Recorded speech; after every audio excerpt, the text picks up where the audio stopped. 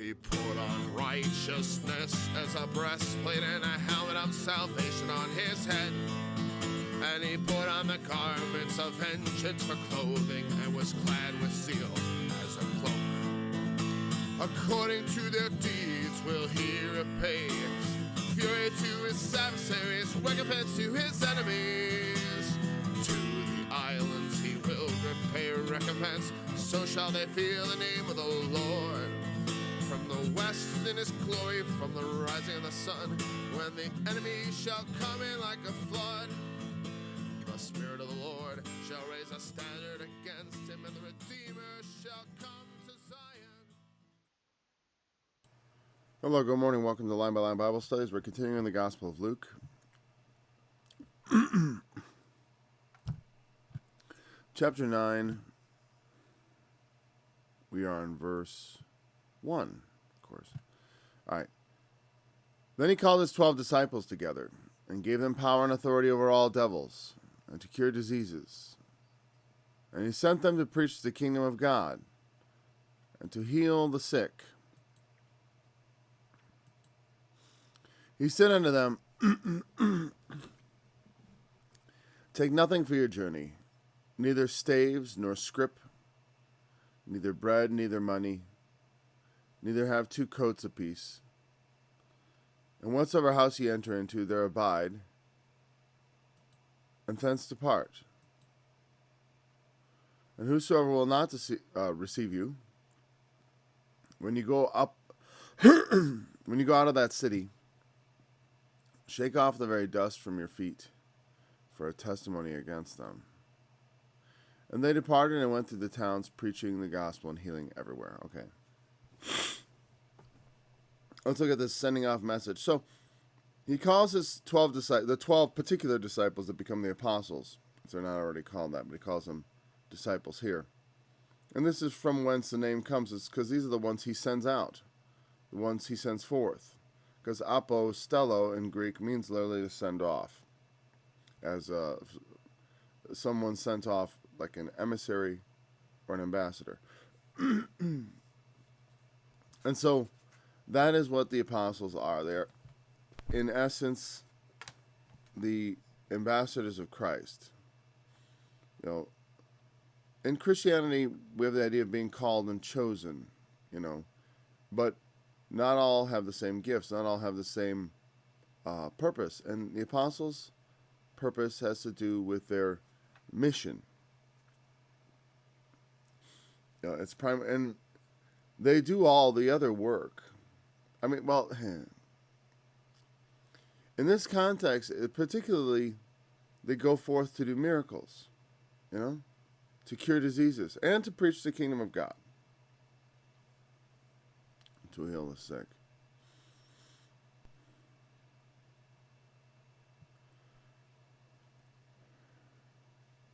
And of course, in that sense, they are the heralds of the kingdom of God, because many people will be hearing of this for the first time, and the authority given over disease and devils, and authority there would be exousias, the same word used for power elsewhere, but authority is a better translation of it. Because it's not a transfer of God's power, where now I just have it. I mean, like it's mine now.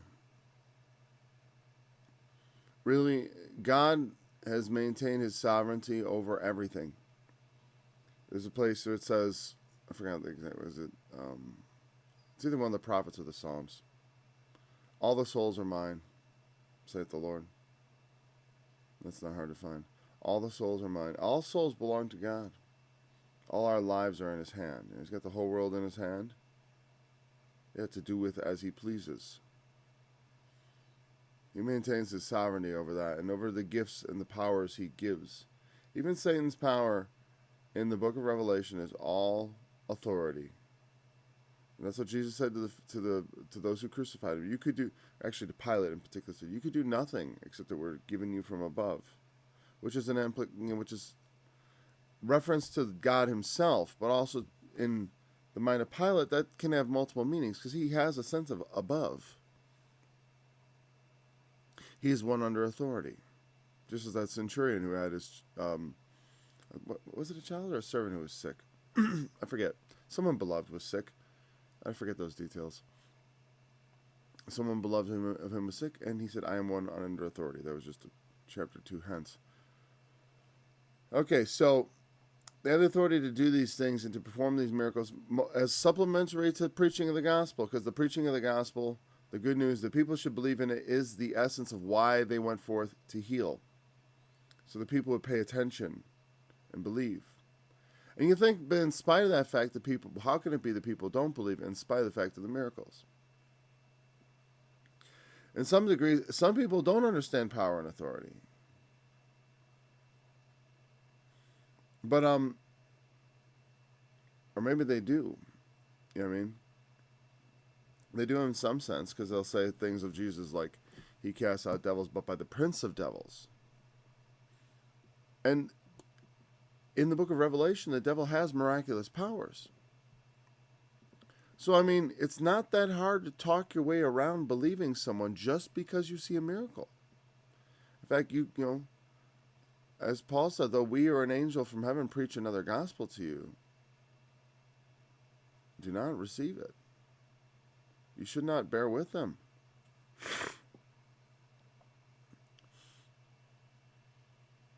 And so people with authority, just because someone has authority to perform a miracle or something, I've never, you know, it says, can Satan cast out Satan? Jesus made that very clear. That Satan's purpose is not to cast out devils. Satan has power to perform miracles, but the kinds of miracles he's going to perform are going to be, you know, Satan, I don't know if he's really into the old double bluff, you know, where he sort of like casts out his own devil, you know what I mean, to show that he's of God. I don't know that that would suit him anyways. Healing people doesn't produce the desire. You know, when your desired effect is to cause people to worship you. When people see a healing, they're wonder, they're excited, but they're not necessarily provoked to worship. Sometimes the people who it happens to often are, right? Who get healed. And it's possible that God would not give Satan authority to heal. I hear no references in Revelation or anywhere to Satan being able to heal anyone. Satan brings sickness and destruction. But the two witnesses also bring plagues. So does God. In the Old Testament, Moses brings plagues. So God can bring plagues and healing. Satan, he can bring whatever God gives him authority to bring. But whatever he gives him authority, the way he uses it, from what I can read, is that he desires to cause people to fall down and worship him. And so miracles like calling down fire from the sky, or like when Jesus was transfigured on the Mount of Olives, not the Mount of Olives, he was transfigured on the Mount. It was just a mount. When he was transfigured on the Mount, you know, Peter and James and John were very awestruck. And that sort of thing, I think, is the more likely sort of miraculous powers that he would be using. At least those, especially like the calling down fire, show demonstrations of power meant to cause fear and dread, but that are limited, because God limits his power. And he sent them to preach the kingdom of God and to heal the sick. All right, read that. Oop. And then he gives them this like what do you do? Take nothing for your journey, neither staves nor scrip.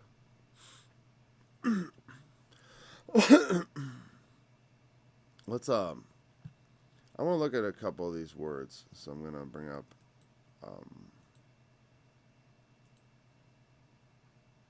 Bible Hub. And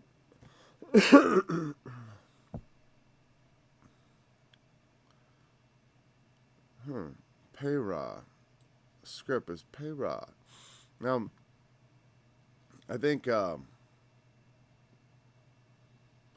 sack or wallet for carrying provisions. A traveler's bag used for carrying money. A traveling pouch or bread bag.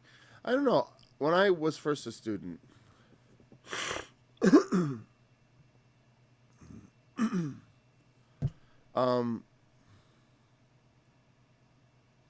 I was first a student with Arnold Murray, he made a big deal that this was a begging bag. Don't bring, that it was a begging bag. And don't go around with your hand out for money with begging bag and all this stuff. And honestly, I don't know. I don't see that. I guess it was used of that maybe in some reference. I'm going to give him the benefit of the doubt. At some point, it was used as such. It was suggested to me, though I find nothing there at Bible Hub in the references, either in the word studies, the Strongs, or any of the references they have to just normal lexical type study tools. So, and the reason I'm going to take a stab directly at him right here because, most ministries that have some costs associated with them. My ministry has a small amount of cost, but it's enough. It's just like I need the internet anyways. I mean, I had to get a satellite so I could do streaming because my internet was too slow. But it was good for business and stuff, and we were always having trouble with our internet connection here anyway. So it's something I wanted anyways. It's not something that is an exclusive for the ministry. I use it for business, et cetera, et cetera. I use it for everything. And so I have this, whatever, this is not a lot of expenses, but many ministries do have a lot of expenses. They have a building, they got electric bill. I mean, it's not, it's purely for the use of the church or the ministry, whatever. Arnold Murray, my first teacher, Shepherd's Chapel, he's famous. He's on TV late at night. Every stoner has run into him late at night eventually. Right? And him setting himself apart as like, I never beg and I never put out a begging bag, is one, false. You know what I mean? It's false. Because he's talked about in church they have a box at the back, We don't beg, we just have a box at the back for donations. We never beg, we just ask for donations for everything we sell from our church. Here's the thing. When you don't ask for donations but sell stuff and call it donations, that's just making merchandise. And I don't know, I'm not saying it's wrong for a church to sell Bibles to raise money, all right? But when you start exalting yourself above everybody else and claiming that you're somehow more virtuous than everyone else, or suggesting it because you never beg, you never put out you don't walk around with a begging bag or a begging bowl. I mean, and in a sense, that whole despising of people who beg is a despising of, and not really, actually, I shouldn't say that, because I was going to say of the people who are injured and unable to help themselves. But he always was very clearly said that people who can't help themselves ought to be helped. So I'm going to not criticize him on that front. But on the front of the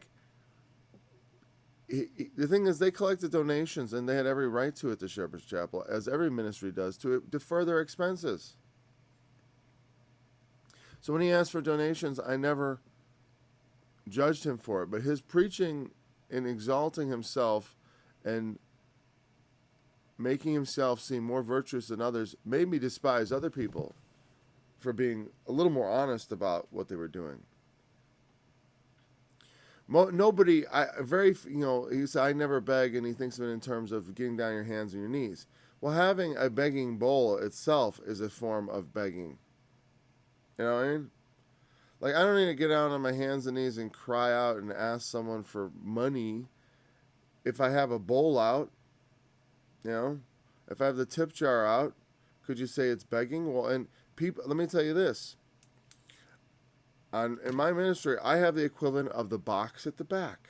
At the back of my website, there's one link on the whole site. I used to have more, but somebody I got so much flack for it, I took them all down.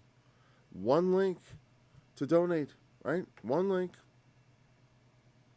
And that's my equivalent of the box at the back. And I get emails from Shepherd's Chapel students from time to time ripping me to shreds over it just for having it there. Saying, I'm begging. I never ask anybody for donations. It's just simply there because people asked if there was a way to donate. You know? And why am I... It's not just because of the way this was mistaught to me that I'm saying this. I'm saying this because he's telling them to take nothing and to basically live in other people's houses.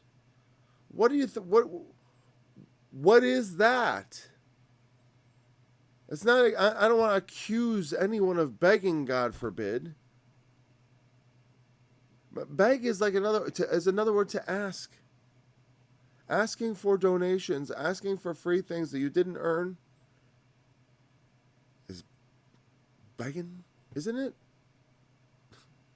I don't know. To me, it's just like, well, we're selling them a Bible. Okay, then it's making merchandise. I don't see where you got better on that front. Shouldn't you give your Bibles away? Oh, that's the thing, is that technically they're giving those Bibles away. It's a free exchange for a donation. It's not selling a product. You gotta understand, that's how this works in the world. And I'm pretty sure, tell me if I'm wrong. I'd love to have someone explain that to me.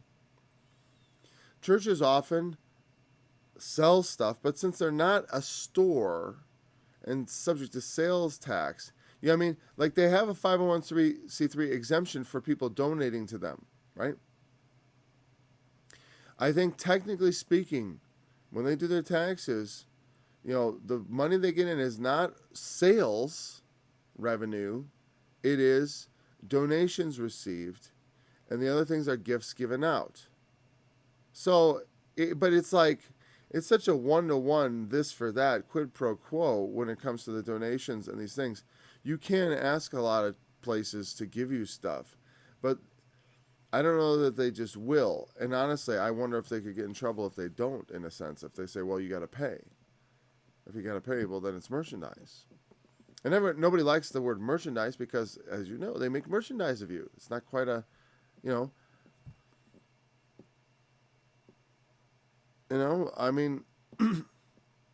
apostles had forsaken all, And all I'm saying is that, people who get, they got to understand that it costs money to live. It costs money to preach the gospel, especially if you're going to give your whole life to it. These guys forsook all. I'm here in my home. The money I spend I pay my electric bill. This is my home. I would be here anyways. Like I said, I don't have a ministry with lots of expenses. I have a life with expenses. I don't really expect everyone else to cover that. I just say I have a family. It's like I don't expect you all to do stuff about that. But neither do I think anyone should be despised if there is a ministry and it's serving a purpose that they collect the things necessary so that they can survive and do their ministry. Arnold Murray was in no position to criticize anybody for taking donations. He was in no position. I think he essentially, let's not say lie, but fibbed a bit about how, he said he never took a salary for teaching. The question I would have liked him to ask him is, have you ever benefited in any way financially from the ministry? In any way? Because he was a guy who played semantic games with the words. And, I never took a salary for teaching, but as the president of this network, of course, I've got a salary coming. In my other capacity as this, I can't go back and say, if someone's got clips of him saying he never took a dime from the ministry instead of for teaching. I just remember he said never took a dime for teaching.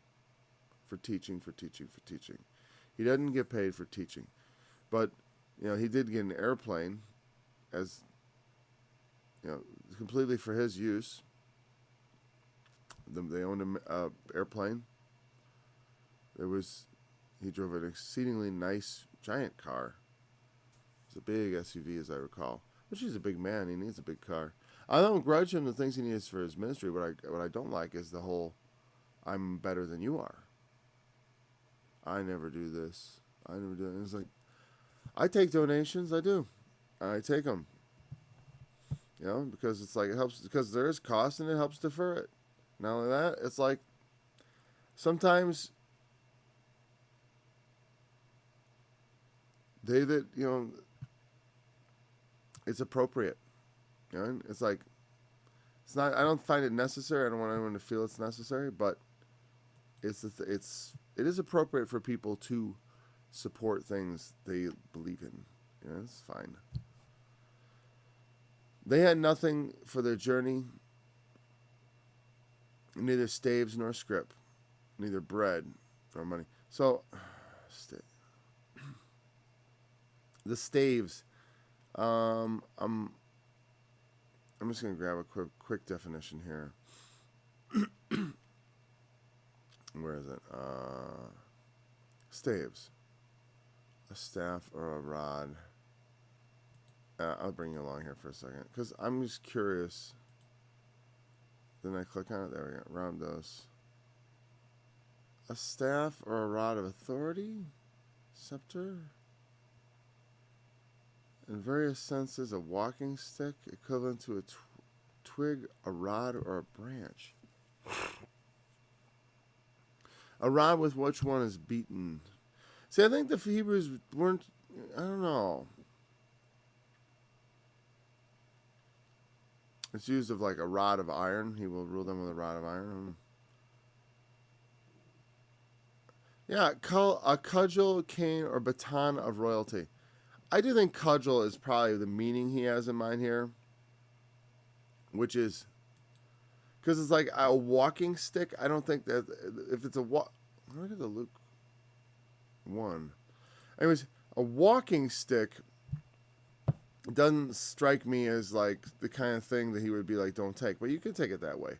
I take it in terms of a, what's going on? Come on. What, really? I take it in terms of a, this is just such a mess now. I'm like in the wrong place. Commentary, that's a problem. Oh, well. This is all going nuts. Back. One more forward. So, I think cudgel because it's self-defense. He's saying, don't take a cudgel along, because that's the sort of thing, you might use to defend yourself and fend off robbers. Because I think that goes in line with the sort of things he's saying. Don't take anything. Don't prepare for a journey like you normally would. Like, I bring a bet, this baseball bat might come in handy as we travel through the dangerous wild lands of, between towns at night. If we get caught out at night.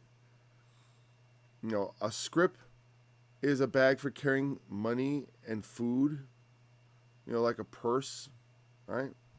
It is a money bag, but also it can carry bread and stuff, like a lunchbox. Or a satchel like that, right? A leather bag, a pouch, a purse. I would think a woman's purse is probably the closest thing. The size of a bag, a bag like that, or bread, or money. Those are the things that go in the bag. You need to have 2 coats apiece. Just bring what's on your back. Don't bring a spare coat.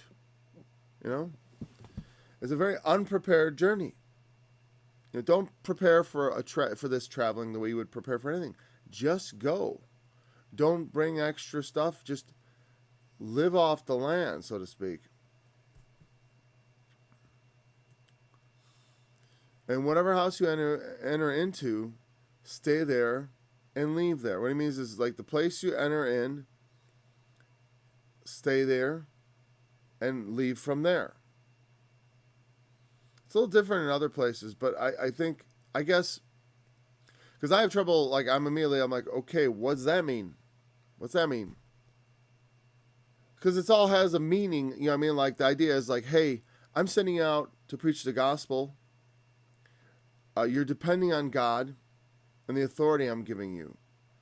I don't want you to go out like, like typical, what is it? In America, we have you may have heard me almost say it, but a good old saying, what is it? What is the word I want? Whatever. There's a word we have that is synonymous with the kind of thing Jesus wants them to avoid. It's carpetbagger, right? In the South, after the war, during Reconstruction, there were these people who came down with carpet bags. And because I guess the idea was that you take you quickly make a bag out of carpet to carry stuff, merchandise, things that were needed. They went down there to make a quick profit. And they were often despised, are seen as opportunistic people who were trying to make a buck. So think also in terms of like a snake oil salesman or someone, or your typical, a lot of ministries don't have that I'm just coming naked sort of vibe to them, do they? And so what is the whole, we're begging? It's like, well, to maintain this massive ministry. When you consider most of the ministries on TV, they're there to preach to. Here's the thing. Let me take this right down to earth for you, okay? I just want to mark this off because what I'm about to say I should make it to a special study or a special little commentary. But let me just give this to you straight. I want you to think about this. Since television was invented and we got TV preachers, in which direction has Christianity gone in America? You know what I mean? We have all these preachers on television and on radio, and has it done any good? I mean, maybe it's stopped things from falling apart. I don't know. But as far as I know, the guys we let on there many of them are highly despised. And many of them are highly despicable. You know what I mean? It's right. They're not despised for no reason. Well, what are you going to do? I'm not in favor of like anyone trying to censor them, but it hasn't done us any favors. And what I'm mostly saying is like, what is the idea behind a television ministry or even this ministry? It is to help people, right? I'm coming to mostly Christian America. Well, through YouTube it can be the world, right? But mostly America, right? Because who else is going to listen to someone who sounds like me? Actually, my website gets hits from around the world, but I think that's mostly because of the music.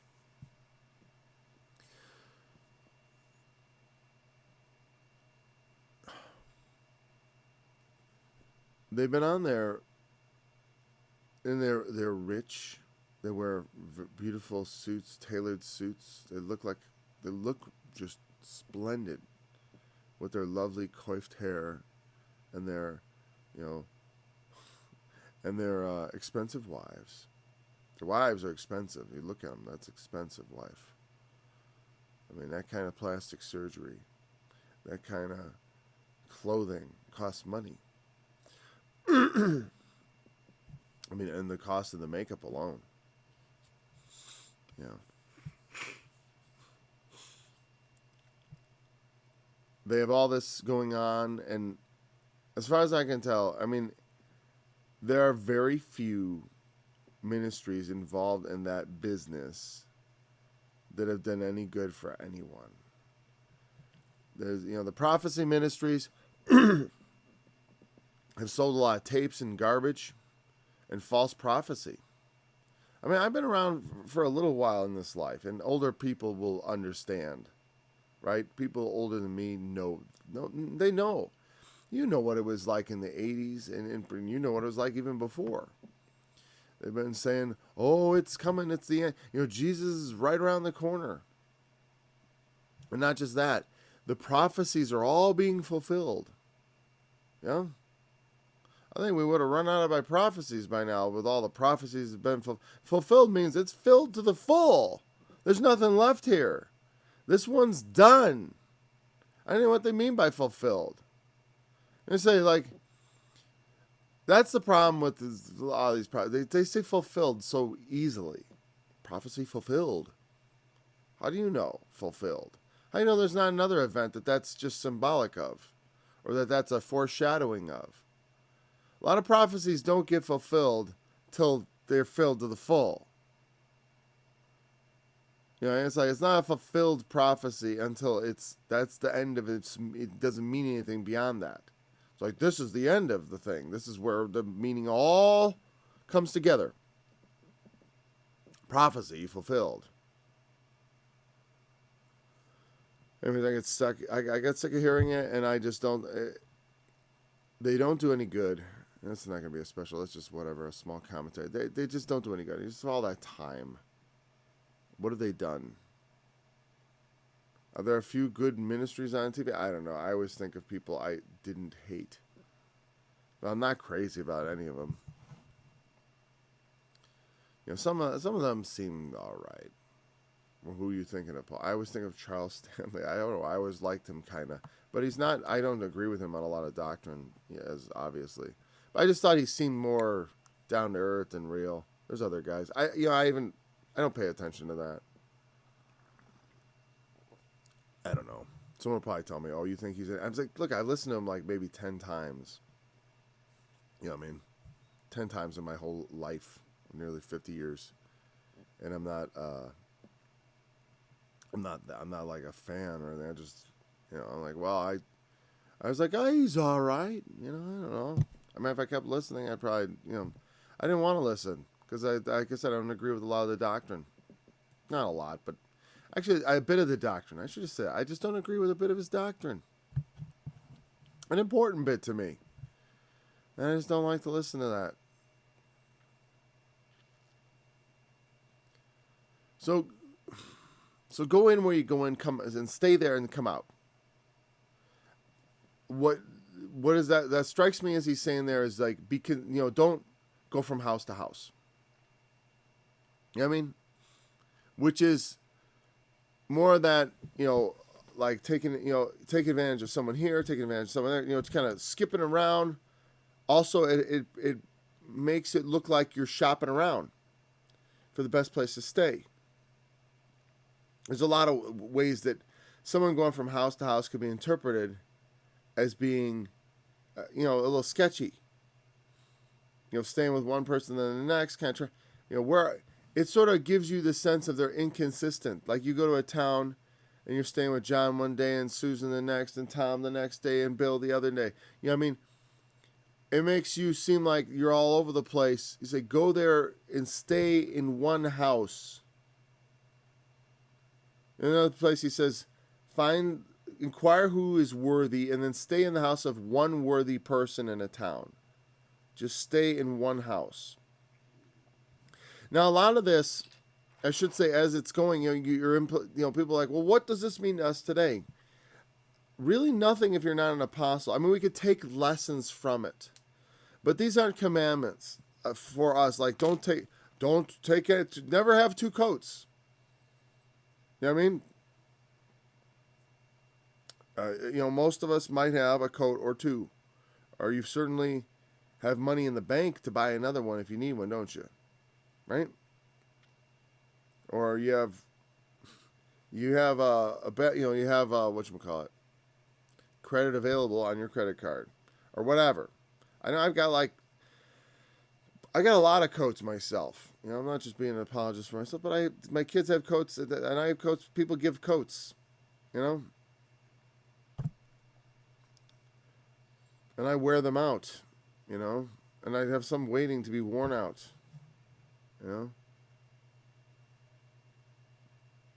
The funny thing is I have all these coats, but it's like I gave one of my ski jackets to my kids that I had from when I was young, because I still essentially wear the same leather jacket I've worn since I was 18, actually. But I do have other coats.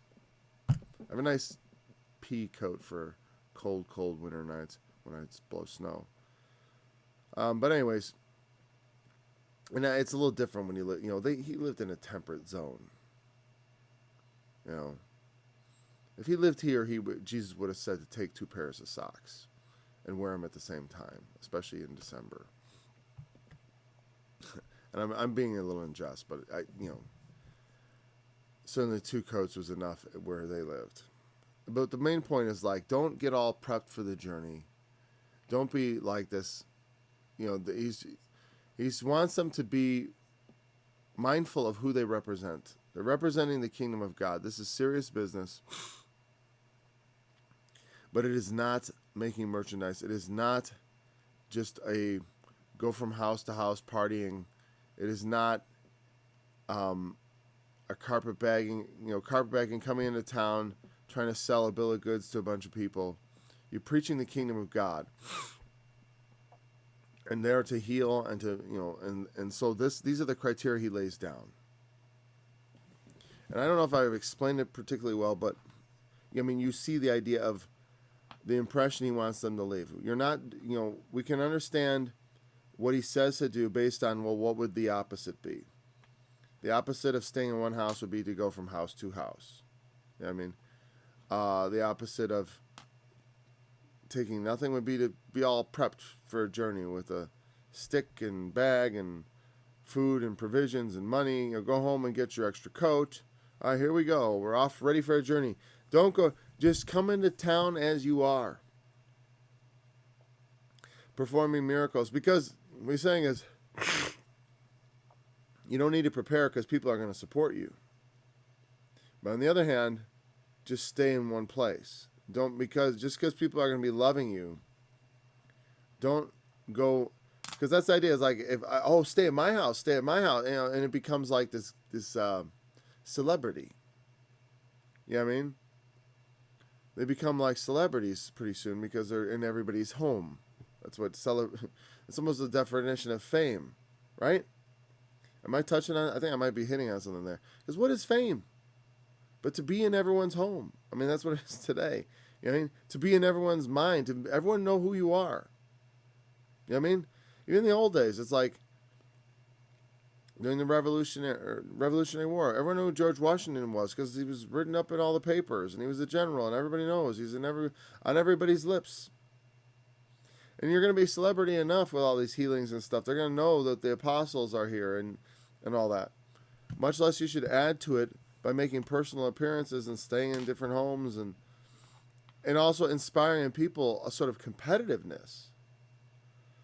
Oh, stay with me next. It becomes like a game, like who can get them to stay with him. He says, this is not a game. At least that's how this all strikes me.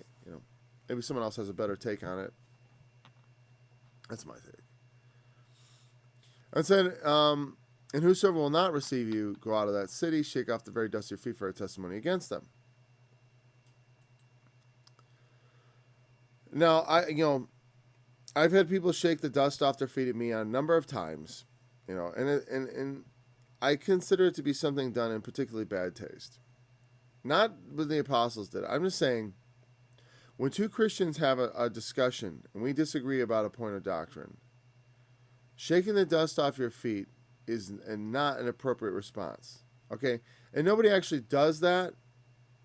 They just say they're doing it, which is really kind of it's like shake the dust off your feet as a testimony against them. But it's like, I don't know that he meant like, and make sure they see. Drag them out of town and show them, look, I'm shaking my feet off because I don't want your filthy dust on my feet. Yeah. You didn't receive me. Unlike, there's sometimes in literature, I like to listen to things and read. I was always a big reader as a kid. And I read a lot. And where was I going with that?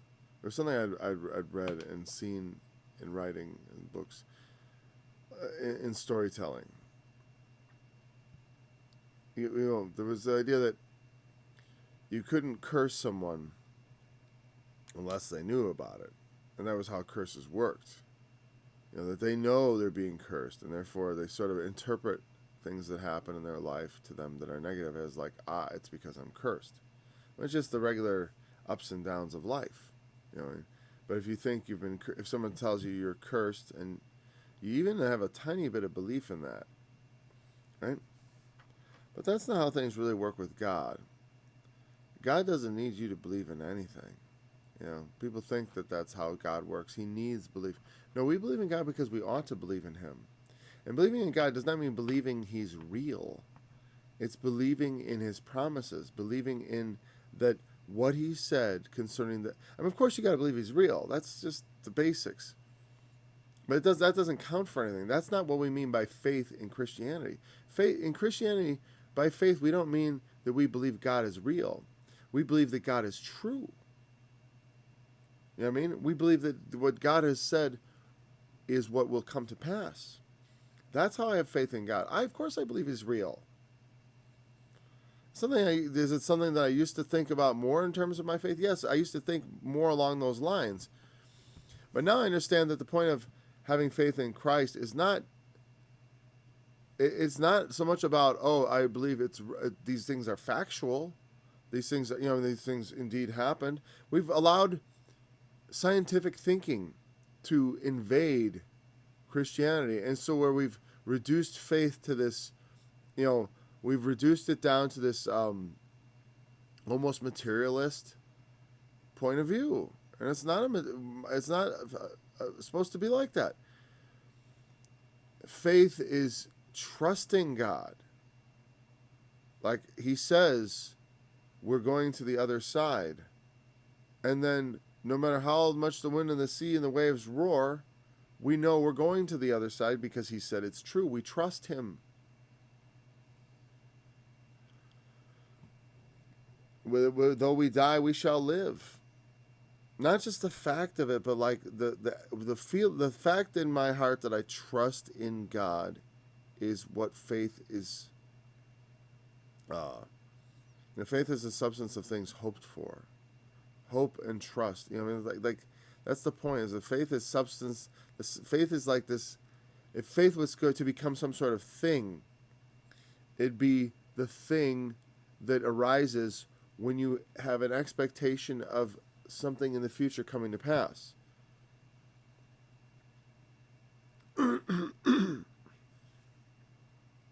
That's why I say, you have faith even in gravity. Faith in gravity means this, that,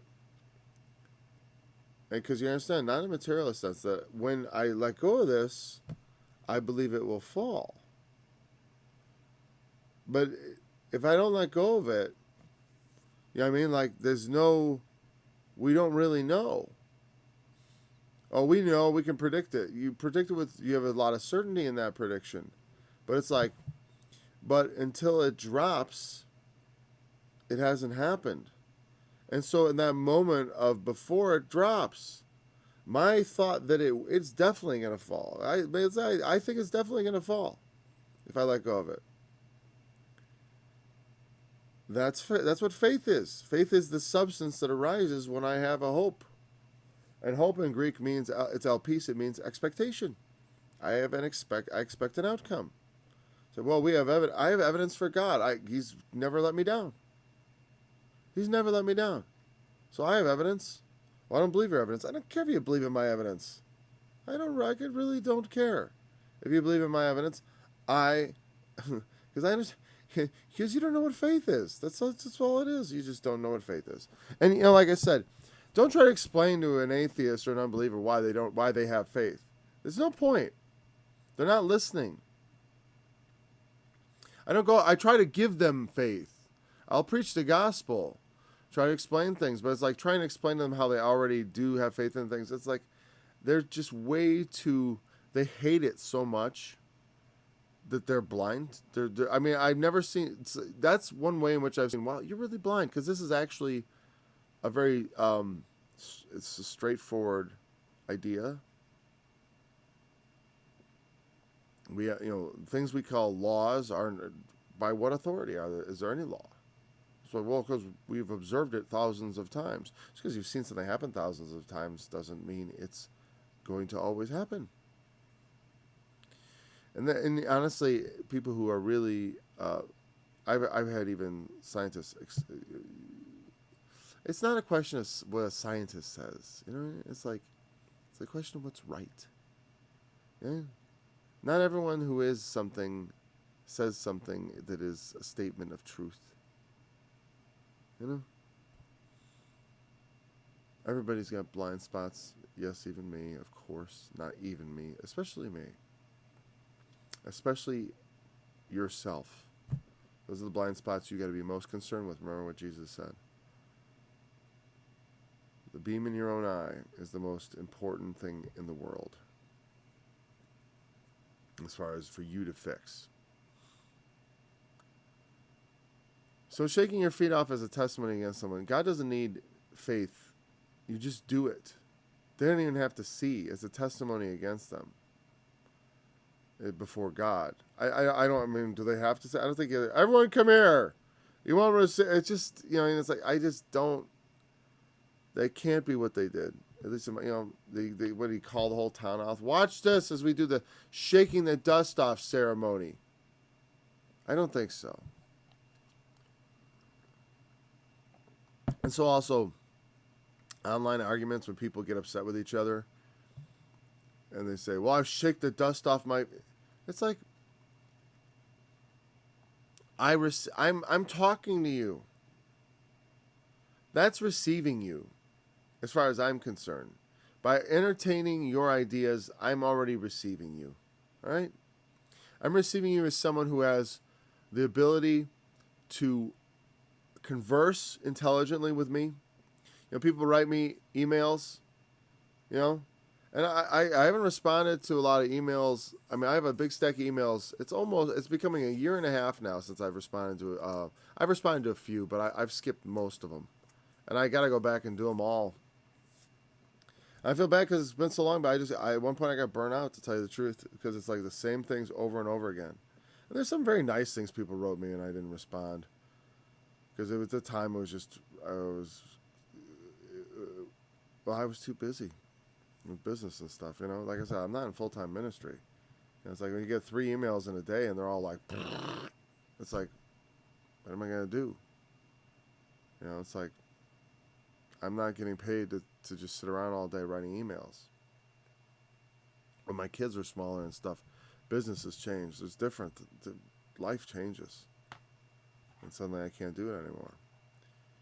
So, you know, those people have every right to shake the dust off their feet at me if they want. You never even responded to my email. You said you respond to everybody. Yeah, sometimes there's a delay. And I want to, but it's like sometimes I'm not able. I should probably just send them an apology right away. I should just respond. Sorry, I'm not. I really like your message. It's interesting to me. I want to respond to it. I just don't have time. And that's what I should say. I just can't. Can't respond anymore. I should just bite the bullet, right? It's just a little failing of mine the past couple of years. I'm not, I'm not making an apology for it, really. I'm just saying, well, it is a bit of an apology and an explanation, but I should probably just bite the bullet and admit it. I can't do it, right? But what I'm saying is that when I take the time to converse with somebody, and then after a long discussion, they say to me, it's like, I just basically invited you into my house, my mind, whatever, and we sat down and we had a talk. I'm going to publish it on my website. Everything you had to say, every argument you made, maybe I didn't believe, but like a lot of people come to my website and read the things written there. And it's your chance to, I've had people say they thought someone else, did a better, he showed you, okay. Good, then, not good, but like, I try to be fair. I don't like, you know what I mean? And when someone's giving you the time of day and they're listening and giving you an opportunity, don't shake your dust off it. That's like it's a very disrespectful and I'm trying to use language that's not profane. You know what I mean? Because I could use a lot of profane terms. It's this, it's that. It's like, but those words almost don't mean anything, right? It's disrespectful. There's a bit of a genuineness to it also, because it's just like, who do you think you are? You think you're one of the apostles? Did you come to me having nothing? Did you show up at my door? You know what I mean? Empty, without food or money or a second coat. I have an important message for you. I got no place to stay. Would you know what I mean? Like, nobody came and you weren't provided for? Did that happen? No. Did God send you? People get too high a view of themselves. I remember being tempted to do the same, though, by the way. By the way, early on, I had the same feelings. I got annoyed with people who wouldn't listen, and I wanted to say, I shake the dust off my feet at you.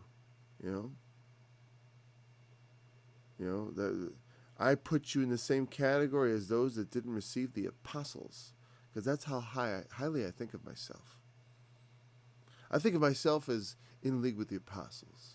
The apostles, me, and you're like those people that didn't receive the apostles when Jesus sent them. It's more tolerable for you than for Sodom and Gomorrah. That means you're somewhere beneath people who are, like people in Sodom and Gomorrah. We don't even have anything like Sodom and Gomorrah right now. We got plenty of sin in that direction. But, Sodom and Gomorrah, the whole town coming out, to engage in non-consensual intercourse with, yeah. That's what Sodom and Gomorrah is. It's more tolerable for them than Sodom and Gomorrah, or more tolerable for Sodom and Gomorrah than for them, and you for not listening to me. Because my arguments are so good. My arguments are like blindness healing arguments. Like, if you're blind and you listen to me, your eyes are opened. It's like a miracle. Because that's how just awesome my logic is. That's like the mentality. When you know what I mean? This is about hospitality and about them coming naked into places, essentially. Unprepared. They go unprepared. Preaching the gospel, healing, and then take whatever charity you can get from people, basically. Find out who's worthy and stay with them. And if they won't receive you, shake the dust off your feet. Because here come two men healing the sick and casting out devils and preaching the good news of the God's kingdom, and they won't receive them. You come to me with that kind of testimony, and I don't receive you, I guess I do deserve to have the dust shaken off your feet at me.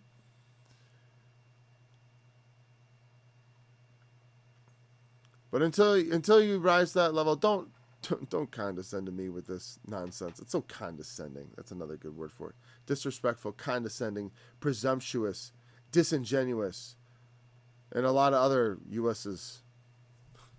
Right? You, us. You bad, us good. And so they went and preaching the gospel and healing everywhere. Just a healing extravaganza. Sorry. Now Herod the Tetrarch heard that all that was done by him, and he was perplexed, because that it was said of some that John was risen from the dead, John the Baptist. Tetrarch is one of the 4 rulers, I believe. Or is it the ruler over 4 provinces? No, it's one of 4. Palestine was basically Palestine was the Roman, I believe, name for the area that included basically Palestine. I'm not sure if it was the Romans or the Greeks that invented the term. I thought it sounds very Roman, doesn't it? Basically, Alexander the Great conquered the whole ancient Near East, which is the world. But that was a big conquering. That was a big empire. He conquered the entire ancient Near East, going as far as India, all through Persia. He conquered all that stuff, and because he conquered the Persian Empire, which brings you real close to India, and including into Africa, Egypt, right? And his entire, when he died, his empire was taken by his 4 generals. That's not the tetrarch, but it was divided into like the Egypt. I forget if Egypt was also included with. I don't know. Now I'm kidding. There was like the Seleucids. My memory on Alexander the Great's. Was it Ptolemy? Oh, whatever. It was divided into 4 basic kingdoms. I think one of them was the Palestine, which included also Syria, I think they called it Syria or something like that. It might have been called Syria at that time, meaning Israel got lumped in with Syria as one big territory. Something like that. Anyways, that whatever province there was split into 4 parts. Samaria was Herod's territory. Jerusalem and Judea was Pilate.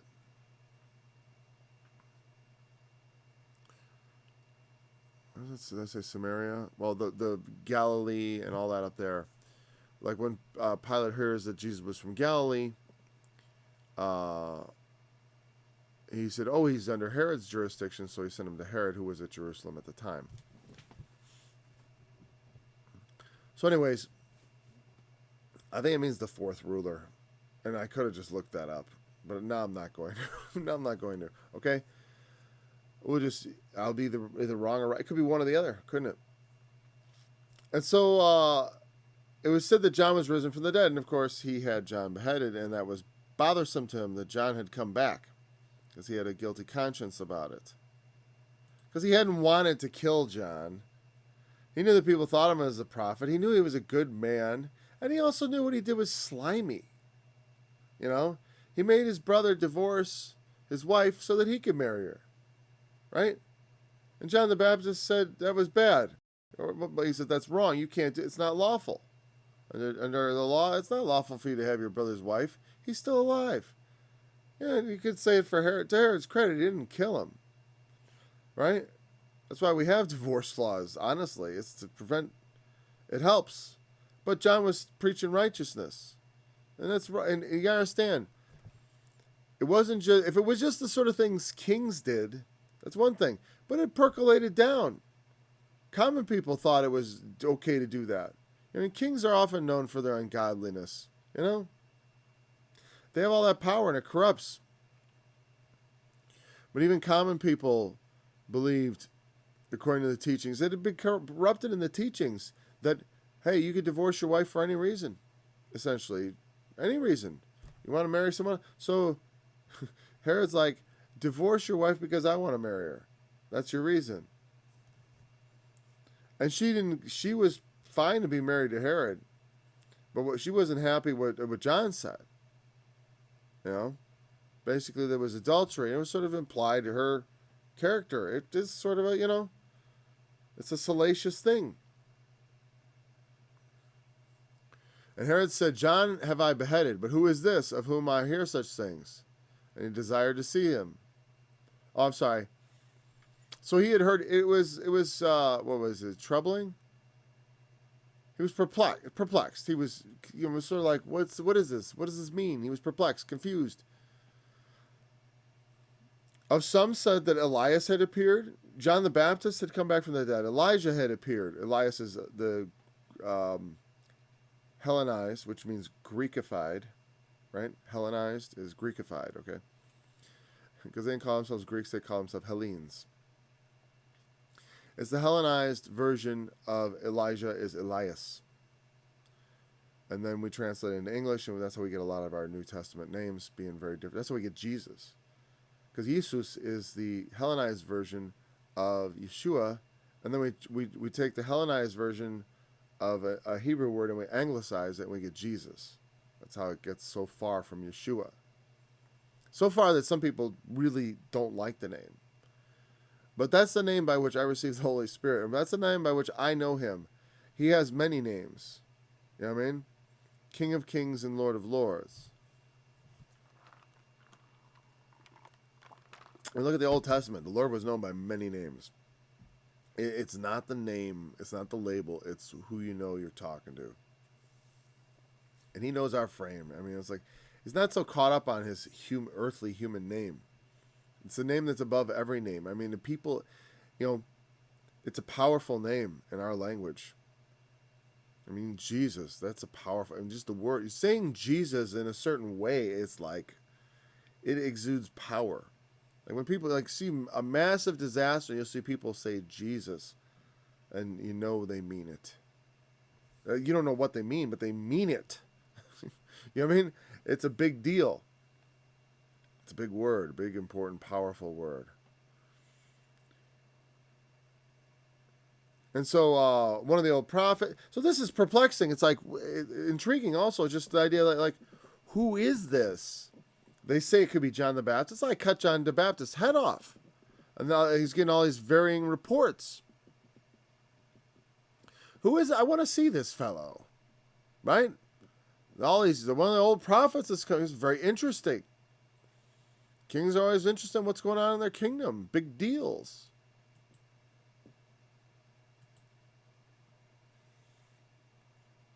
All right, we're done here. Let's see. And the apostles, when they were returned, they told him all that they had done.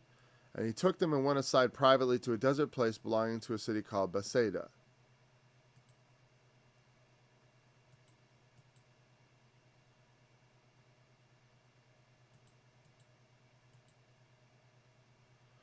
Okay, we're going to go to the feeding of the 5,000. That'll be tomorrow. So we'll pick it up verse 11. I mean, you could say 10, whatever, but I don't want to recap the apostles have been sent forth. Now they've returned. There's obviously, here's the thing. This is what I say about, I've talked about this in terms of Jesus' ministry, right? Jesus' ministry. We just read 10 verses, right? 10 verses. I was part of a church where he said, oh, Jesus' ministry lasted a year. This alone could have lasted a year. I mean, what? He sent them out, and they come back the next day? A week later? Go and stay in houses? Go to all the cities, basically, of Israel? He sent them out to go to all the different cities in Israel. The journey would take time. The whole thing had to take at least a year. At least a year for this part to be finished. For them going out and doing this to take place. It would have taken a lot of time. It could have taken more than a year. But it's such a short shrift in the Gospels. But it's like, as far as it's not given a lot of time, I mean, if it can just blow right past you that they were sent out on to stay in places, and then go to other towns, and to go to, I don't know if it's go to all the towns, but it sort of implies you're going to go preach, you're going to go to maybe not every single town, but you're going to go out to all the towns, to different towns. There's going to be a lot of coverage. Israel is a tiny country, but it's a big place. I mean, we're talking months and months and months, at least, for this to go on. I'm just saying, for people that say that the Gospel of Luke only really has a 1-year ministry, it's like, well, how long did that take? It doesn't have a lot of time factors given, to tell you how long things take. So, they basically go and then they come back. And all the intervening time is not really spoken of because we know what they're doing. We know what they're doing. So, I will pick it up with verse, 11? Yeah, we're going to... No, we'll pick it up with verse 10, actually, because, well, we'll start at verse 11, but it's important to remember in the next part that he went aside privately to a desert place. But I'll remember that, I hope. Anyways, we'll pick it up tomorrow. I fully expect to continue the studies uninterrupted this week. I do celebrate Christmas, but it's not at any cost to take off Bible study. So I will be still doing my Bible. If you can't watch, then I'm sure you can catch up at some point. Thanks for joining me in this study. I look forward to studying again with you tomorrow.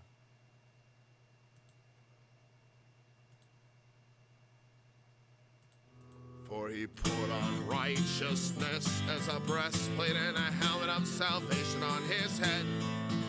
And he put on the garments of vengeance for clothing and was clad with zeal as a cloak. According to their deeds will he repay fury to his adversaries, recompense to his enemies.